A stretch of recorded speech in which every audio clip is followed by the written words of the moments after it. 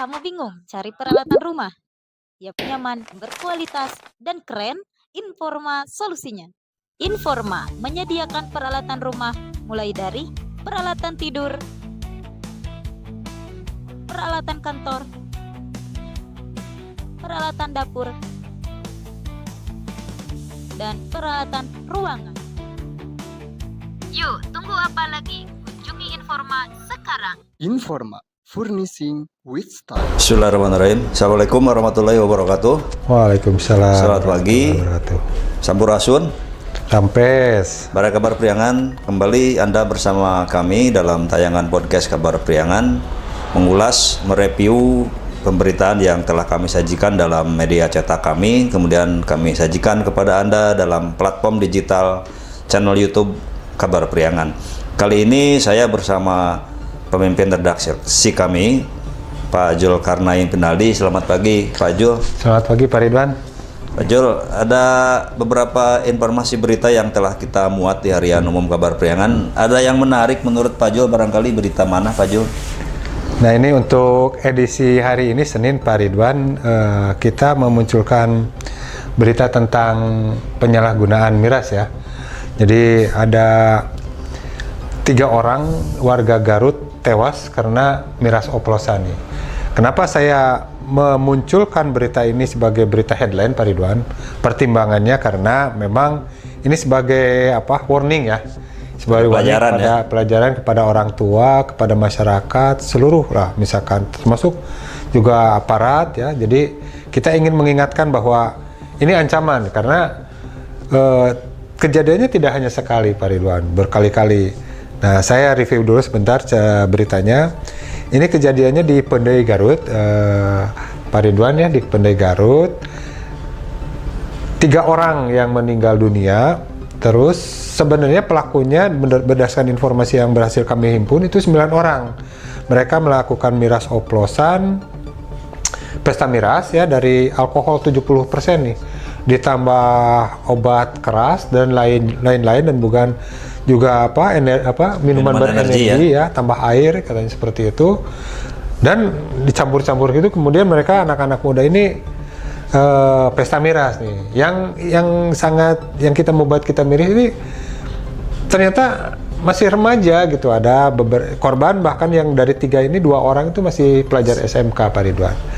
Nah, ini saya sengaja munculkan jadi headline, walaupun saat ini sebenarnya isunya kita sedang isu pilkada ya, tapi saya sengaja memunculkan ini sebagai pertimbangan untuk mengingatkan kepada kita bahwa ini loh ada bahaya yang mengancam kita. Ini menurut saya ini udah laten nih, Pak Ridwan. Ya, Harian Umum Kabar Priangan juga berkali-kali memunculkan pemberitaan pesta miras yang dilakukan oleh remaja, dan bahkan beberapa di antaranya meninggal dunia. Belum lama di Banjar ya. Ya, di Banjar, kejadian Pak Ridwan, ya. Miras oplosan itu korbannya juga sampai 4 orang atau berapa.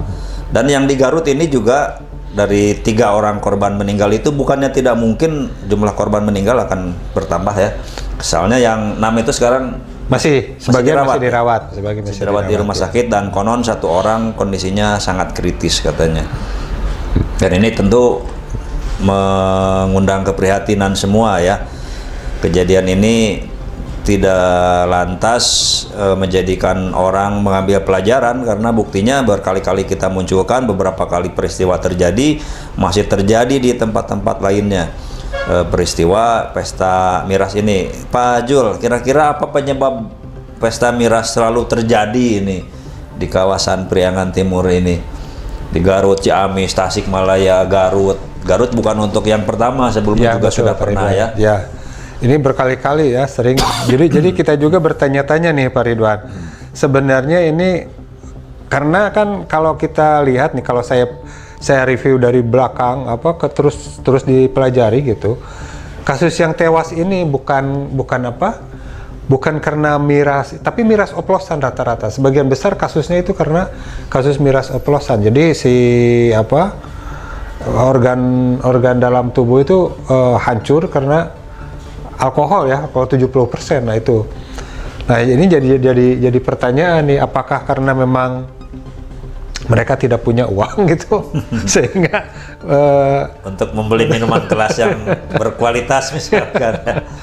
Atau sekarang kan saya lihat di pemberitaan juga kan sering ya polisi pihak berwajib merazia miras. Nah ini jadi pertanyaan juga, ini sebabnya siapa? Apakah karena kita sebagai orang tua kurang memberikan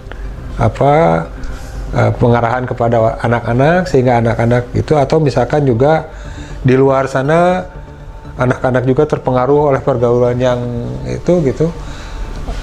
Terus di sisi lain yang itunya kan si mendapatkan mirasnya juga dari online, Pak Ridwan. Iya, kebanyakan diperoleh dari penjualan online. Penjualan online. Artinya kan penjualan bebas sudah tidak bisa bebas itu kan untuk alkohol. Bahan dasarnya ya. Ya betul Pak Ridwan. Untuk oplosan sendiri sebetulnya kalau dari beberapa kali razia sudah banyak sekali orang-orang para pelaku yang melakukan pengoplosan miras ya, beberapa kali ditangkap oleh aparat ataupun kelompok masyarakat yang ikut serta melakukan razia. Dan ini herannya, ini kenapa sudah beberapa kali tertangkap, bahkan beberapa pelakunya masih itu saja katanya. Kenapa bisa seperti itu gitunya? Bisa jadi ini juga mungkin karena memang kasus miras ini masih terkategorikan sebagai tipiring ya. Oh ya, betul Pak Ridwan ya. Jadi karena sanksinya itu tidak terlalu memberatkan ya. Tidak berat ya. Hanya dengan bayar denda 500.000 misalkan atau ancaman hukuman yang cuma 2 minggu, rata-rata itu pun tidak sampai ke hukuman ya, bisa diselesaikan di tempat ini dia. Ya, mungkin hanya bermalam ya, bermalam seperti itu. Bermalam besoknya bisa pulang seperti itu Pak Ridwan. Ya, ini karena aturan regulasi yang kurang membadai. Oh ya, saya juga baru teringat RUU atau rancangan undang-undang minol ini. Sebetulnya di pusat itu ada rancangan undang-undang larangan minol, minuman beralkohol. Sudah 10 tahun ini belum juga selesai dibahas. Nah, ini ada apa gitu ya, walaupun di pusat katanya konon ada dinamika antara yang pro dan kontra tentang undang-undang tersebut, tetapi kita melihat bahwa di daerah itu dampaknya sangat besar ya, korban terus berjatuhan, masyarakat, orang tua terutama resah gitu ya, karena banyak sekali anak-anak remaja terutama yang terlibat pada miras ya. Ya, kita juga kan sebenarnya punya ya, Kota Tasik juga punya ini Pak Ridwan ya, Perda tata nilai. Ya. Saya rasa di situ juga ada kan undang-undang yang mengatur tentang miras ya, penyalahgunaan miras itu. Cuman ya mungkin tadi itu kan ada sanksinya kurang tegas mungkin Pak Ridwan seperti itu. Jadi. Ya namanya perda kita tahu kan sanksinya itu masih kurang memadai ya nama perda itu. Ya kalau bicara aturan kita betul tadi ada Perda tata nilai yang juga mengatur soal tata kehidupan masyarakat yang seharusnya berdasarkan nilai-nilai religius Islami, tapi selama ini mungkin ada yang salah. Ini siapa yang salah, apakah orang tua, apakah aparatkah atau stakeholder lainnya? Ya termasuk juga mungkin tadi seperti yang Pak Ridwan katakan bahwa sanksinya kurang tegas juga, itu berpengaruh juga mungkin ya Pak Ridwan, karena ya besok juga bebas lagi, besok juga keluar lagi. Ya mungkin saya berharap dari kejadian ini seandainya perangkat aturan kurang bisa mewadahi mengcover kasus-kasus tersebut, paling tidak dari sisi antisipasi pencegahan pembinaan umat dari kelompok-kelompok agama mungkin bisa ditingkatkan lagi agar remaja memiliki kesadaran ya untuk menjauhi miras ini.